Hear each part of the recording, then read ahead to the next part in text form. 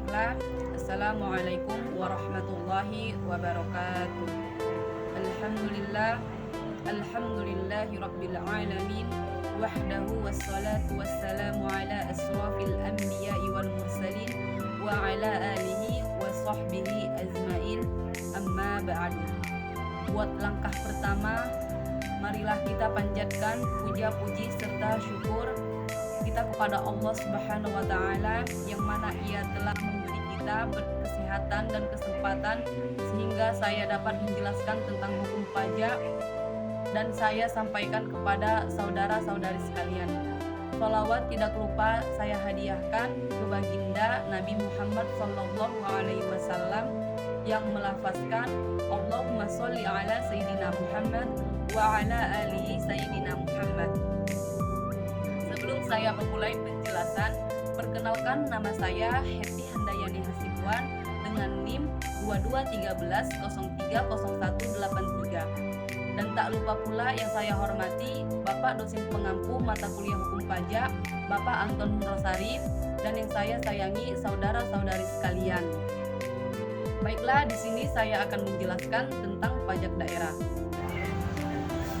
Pajak daerah adalah pajak yang proses pengelolaannya dilakukan oleh pemerintahan daerah, baik pada tingkat provinsi, kabupaten, atau kota, yang pengelolaannya diadministrasikan oleh dinas atau badan pendapatan daerah, atau instansi yang ditunjuk dan akan dialokasikan sebagai APBD daerah otonomi masing-masing. Di sini saya akan menjelaskan apa itu anggaran pendapatan dan belanja daerah. Keuangan daerah merupakan semua hak dan kewajiban daerah dalam rangka penyelenggaraan pemerintahan daerah yang dapat dinilai dengan uang serta segala bentuk kekayaan yang dapat dijadikan milik daerah berhubungan dengan hak dan kewajiban daerah tersebut. Ruang lingkup keuangan meliputi hak daerah untuk memungut pajak dan retribusi daerah serta melakukan pinjaman, kewajiban daerah dan membayar tagihan pihak lain, penerimaan daerah, pengeluaran daerah. APBD, anggaran pendapatan dan belanja daerah yang selanjutnya disingkat APBD adalah rencana keuangan tahunan daerah yang ditetapkan dengan Perda. Berdasarkan pasal 23 sampai dengan pasal 24 Peraturan Pemerintah Nomor 12 Tahun 2019, ketentuan terkait APBD adalah sebagai berikut. Yang pertama, APBD disusun sesuai dengan kebutuhan penyelenggaraan urusan pemerintahan daerah yang menjadi kewenangan daerah dan kemampuan pendapatan daerah. Yang kedua yaitu APBD disusun dengan mempedomani KUA PPAS yang didasarkan pada BKPD. APBD mempunyai fungsi otorisasi, perencanaan, pengawasan, alokasi, distribusi, dan stabilisasi. APBD perubahan APBD dan pengetahuan pelaksanaan APBD setiap tahun ditetapkan dengan Perda sesuai dengan ketentuan peraturan perundang-undang. Semua pemerintahan daerah pengakuan daerah dalam bentuk uang dianggap dalam APBD. Yang keenam, penerimaan daerah terdiri atas A. Pendapatan daerah dan penerimaan pembiayaan daerah. Yang ketujuh, pengeluaran daerah terdiri atas belanja daerah dan pengeluaran pembiayaan daerah. Kedelapan, penerimaan daerah yang dianggarkan dalam APBD merupakan rencana penerimaan daerah yang terukur secara rasional yang dapat dicapai untuk setiap sumber penerimaan daerah dan berdasarkan pada ketentuan peraturan perundang-undangan. Terkait hal itu, Peraturan Menteri Dalam Negeri Nomor 77 Tahun 2020 mengatur beberapa ketentuan sebagai berikut. Selain didasarkan pada BKPD, APBD untuk didasarkan pada pedoman penyusunan APBD yang diatur oleh Menteri. APBD mempunyai fungsi otoritas yang memiliki arti anggaran daerah menjadi dasar untuk melaksanakan APBD pada tahun berkenaan. Fungsi perencanaan yang memiliki arti anggaran daerah menjadi pedoman bagi manajemen dalam merencanakan kegiatan atau subkegiatan pada tahun berkenaan. Fungsi pengawasan yang mengandung arti bahwa anggaran daerah menjadi pedoman untuk menilai kegiatan atau subkegiatan penyelenggaraan pemerintahan daerah sesuai dengan ketentuan peraturan perundang-undangan. Fungsi otoritas. Fungsi otoritas yang mengandung arti bahwa anggaran daerah harus diarahkan untuk menciptakan lapangan kerja, mengurangi pengangguran dan membayarkan sumber daya serta meningkatkan efisien dan ekstensien perekonomian. Fungsi distribusi yang mengandung arti kebijakan anggaran daerah harus memperhatikan APBD dalam 1 tahun anggaran meliputi hak pemerintah daerah yang diakui sebagai penambah nilai kekayaan bersih, kewajiban pemerintah daerah yang diakui sebagai penguasa nilai kekayaan bersih, dan penerimaan yang perlu dibayar kembali dan atau pengeluaran yang akan diterima kembali pada tahun anggaran yang bersangkutan atau pada tahun anggaran berikutnya. Di sini saya akan menjelaskan kepanjangan dari APBD. APBD adalah anggaran pendapatan dan belanja daerah. APBD adalah rencana keuangan tahunan pemerintahan daerah di Indonesia yang disetujui oleh Dewan Perwakilan Rakyat Daerah. APBD ditetapkan dengan peraturan daerah. Tahun anggaran APBD meliputi masa 1 tahun, mulai dari tanggal 1 Januari sampai dengan tanggal 31 Desember. Menurut Undang-Undang Nomor 1 Tahun 2022 tentang hubungan keuangan antara pemerintah pusat dan pemerintah daerah, atau disingkat HKPD. Di sini saya akan menjelaskan kepanjangan dari HKPD. HKPD adalah rancangan undang-undang hubungan keuangan antara pemerintah pusat dan daerah. HKPD merupakan bagian dari informasi struktural di bidang desentralisasi dengan menciptakan sumber daya nasional yang lebih efisien melalui transparansi hubungan keuangan pusat dan daerah. Beberapa contoh dari pajak daerah adalah yang pertama yaitu pajak kendaraan bermotor. Adapun pajak kendaraan bermotor termasuk ke dalam jenis pajak provinsi yang merupakan bagian dari pajak daerah. Lebih lanjut, pajak kendaraan bermotor sebagaimana yang didefinisikan dalam pasal 1 angka 12 dan 13 Undang-Undang Republik Indonesia Nomor 28 Tahun 2009 adalah pajak atas kepemilikan dan penguasa kendaraan bermotor. Dalam pelaksanaan pemungutannya dilakukan di kantor bersama Samsat.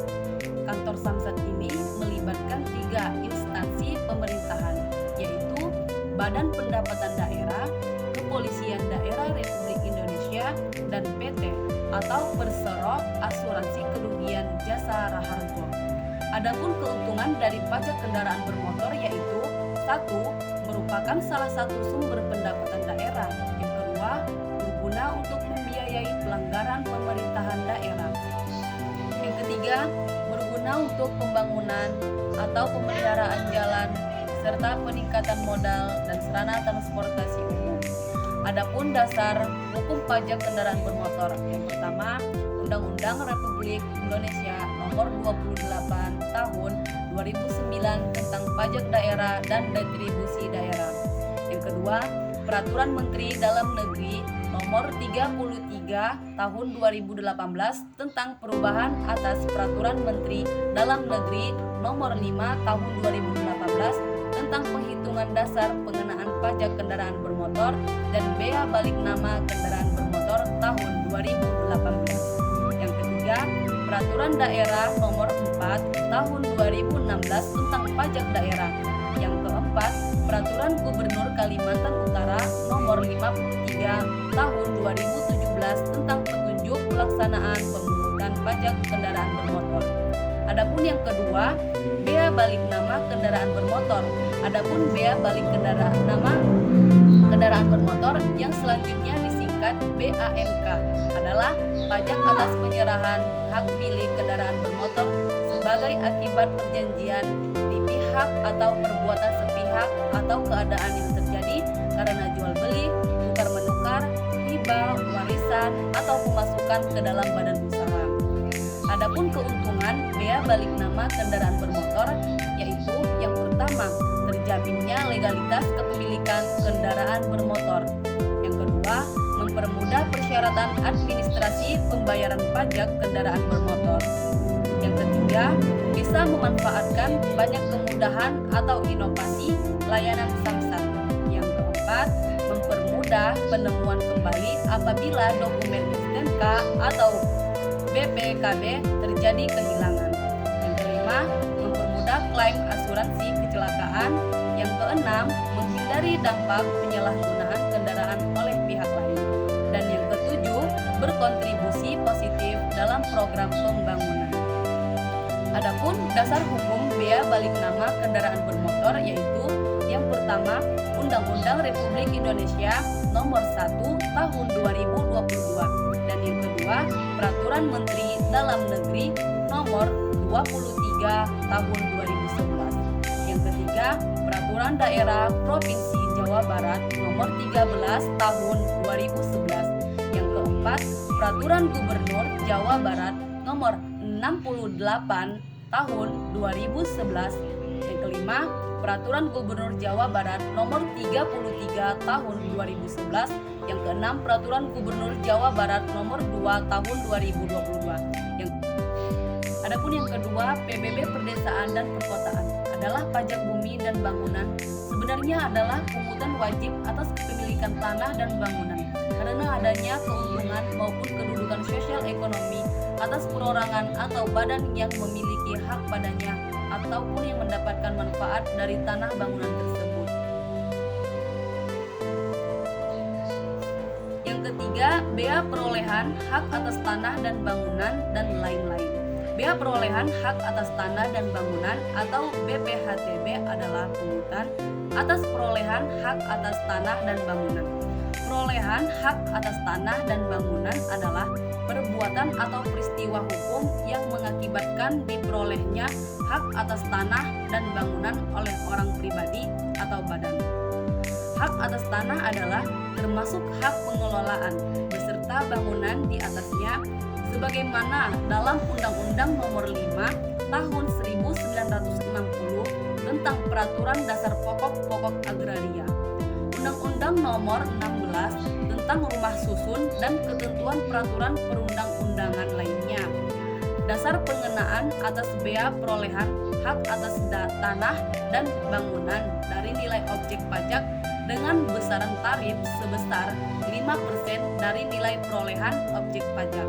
Pada awalnya, BPHTB dipungut oleh pemerintah pusat, tetapi sesuai pribadi atau badan yang mengakibatkan diperolehnya hak atas tanah dan atau bangunan. Mengingatkan kepada semua dulur pajak bahwa baik pajak pusat ataupun pajak daerah sama-sama dikelola oleh pemerintah dan digunakan sebesar-besarnya untuk kemakmuran dan kesejahteraan rakyat. Baiklah, adapun kesimpulan dari penjelasan yang telah saya jelaskan tentang pajak daerah. Pajak daerah merupakan komponen dari pendapatan asli daerah yang memberikan kontribusi besar bagi PAD. Penetapan jenis pajak harus bersifat spesifik dan potensial di daerah, yang dimaksud untuk memberikan wewenang kepada pemerintah daerah dalam mengantisipasi dan kondisi perkembangan perekonomian di masa yang mendatang.